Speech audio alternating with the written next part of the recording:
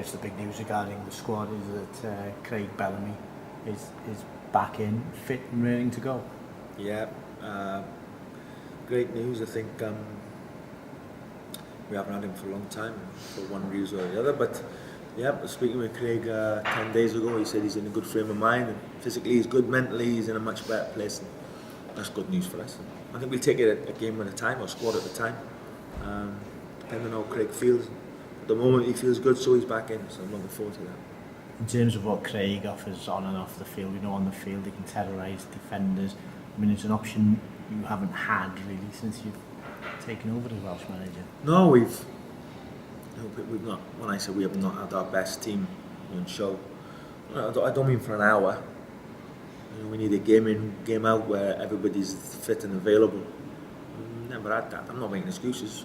You know, the Serbia result was unacceptable, and the performance was, and we'd stand up and be counted for that. But you know, we've got much better chance when everybody's available, game in, game out. At least for half a dozen games where you're going to give yourselves a good chance to win games.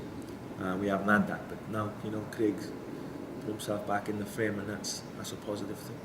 In terms of players who can win you matches, you know, Gareth Bale just seems to go on and on and on and increase in terms of what he's doing for Tottenham, and again against Norwich the other night. So Gareth Bale's always there for you. Yeah, he's not a bad player to fall back on, is he? You know, he's got a good chance of being in the squad for the next game. Last night he's just done something that we've seen him do time and time again now, and score spectacular goals. I think the pleasing thing for him, I was happy last night because he could have, you know, it was a heavy tackle on him, you know, on the halfway line, and if he goes down, the player gets booked. But he continues, you know, he keeps going, Gareth. He doesn't know he's going to score, so you know he's still 50 metres away from the goal, but he keeps going. And good enough for him, and he ends up being rewarded with a magnificent goal. So no surprise, you know, he does it. He's doing that often now. In terms of, I suppose when you were a player, there was always the talk of leaders and captains on the field.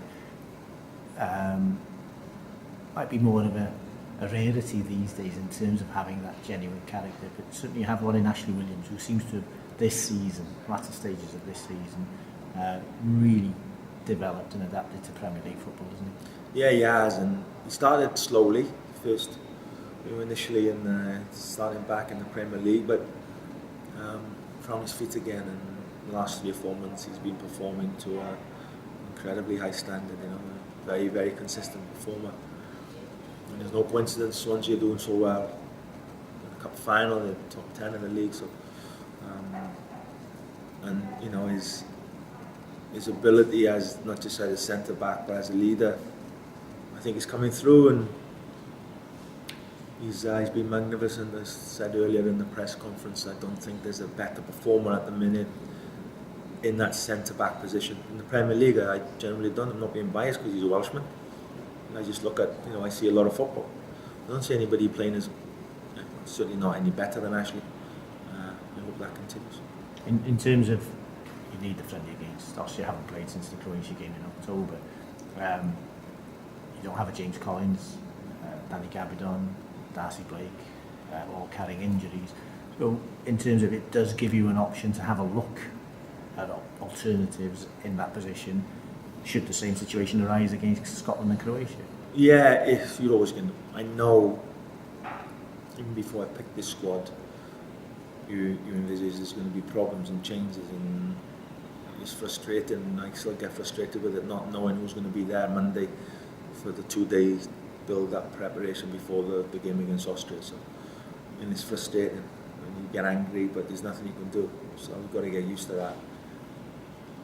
We've got defensive problems, there's people missing, but we've got people in there like Chris Gunter who can play in the centre. We've got Sam Ricketts who can play across the back four. He's great to have in the squad, Sam. He's a very versatile player. So, you know, we've got options, but you always want your strongest squad, and you know, we are missing a lot of centre backs at the moment, unfortunately. In terms of starting your career at Swansea as a player, managing the national side there for the first time. Have you ever managed? I mean, do you ever manage a team at the Vetch? I took the Vetch, no, at the Liberty Stadium. We opened it. Alan Curtis's testimonial game.